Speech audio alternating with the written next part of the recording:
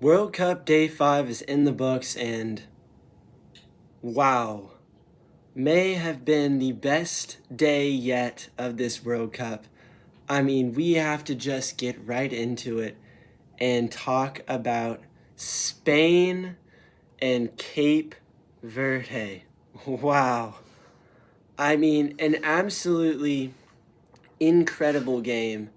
Um, Cape Verde coming in, no expectations here. Obviously, a lot better than I think a lot of people knew about coming into this game, but still, this is Cape Verde, number 67 ranked by FIFA, versus Spain, the reigning, defending European champions. And it Spain had all of the chances in this one. I mean, you can just look up and down the score stats, the stat sheet, and see everything that Spain had. They had so many more shots on goals. The XG was through the roof for Spain. Cape Verde didn't even have a .2 expected goals, but they played outstanding defensively. They were like a brick wall holding this Spanish attack, which obviously was limited. Lamine Yamal doesn't come on until the 70th minute. A lot of guys, Dani Olmo, guys that will probably be starting for this Spanish team for the rest of the tournament, that they were hoping they could get a rest for in this game against Cape Verde, who is very clearly the weakest team in this group. But they did not play like that. Vizinha, the goalie, he became an international football legend, World Cup legend with his performance. I mean, it was phenomenal. The one moment that everybody will talk about in this match is just before halftime. Beautiful ball finds Cucurella driving into the box. He lays one up for Ferran Torres, who has a wide open goal. Vahina, this might have been his one mistake he made. He crashes for Cucurella. Cucurella finds Torres. He's wide open on net.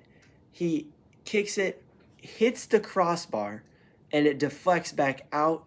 A header going for goal. Vizinha jumps, tips it up over the bar to save the goalless first half, which was really what Cape Verde needed in this game. Once they got to halftime and it was 0-0, they had the confidence, I feel like, to get and see it through. And even in the last 10 minutes of this game, there's a few times they took the counterattack, and I was sitting on the edge of my seat saying, what if they put one in here? And there's a corner kick, and it's a header, and it's a good save, good reactional save to just tuck it and grab it by Spain. But it was a thrilling game. I mean, this is one of those where you say, oh, soccer just has 0-0 draws and it's not fun. This was a thrilling game. Even though the score, if you just look at the score, it may not look like it, but it was one of the most thrilling games, one of the greatest World Cup upsets of all time, even though it's just a point. It's a point for both sides. They move on. Spain, I mean, I think the lack of Yamal and some of the other guys is obviously huge for them. Nico Williams was out as well. He didn't come in until late in this game. But, I mean, they can still win this group. They can still move on, and they can still win the World Cup. They get a point out of it. They didn't lose, you know. But for Cape Verde, this is huge. I mean, this is massive for them. It puts them on a World Cup stage that nobody has ever seen before, putting their country through. If they lose the next two games, 10 goals each, they will still remember this game and be remembered for this legendary night. So hats off to Cape Verde. They played out of their minds. And it really made the rest of these games hard to follow up with just the crowd intensity that was going into this game. But next up was Belgium taking on Egypt. And this one started out thrilling as well. Egypt scores a stunner, just an absolute screamer in the opening half hour to give a lead for an Egyptian team that is looking for their first World Cup win, their first World Cup since 2018. Mohamed Salah on this team, and they played really good. Belgium just didn't look good. Really, did not look good. They're one of those dark horse teams that everybody's saying, oh, they could do some. Kevin De Bruyne, Lukaku, all these guys for Belgium. Thibaut Courtois behind goal. But it was only because of an own goal in the 68th minute that Belgium finds a point here to get a 1-1 draw. Belgium did not look very good. I'm a little scared for them after playing Egypt. And Egypt, hats off to them. They deserve 3. They only get 1 point, but hats off to them. They played a phenomenal game. Really looking forward to seeing how Egypt builds off a big result like this. And if Belgium can bounce back, because this was a game they really wanted to win, and they could not get it done. Next up, you had Saudi Arabia versus Uruguay.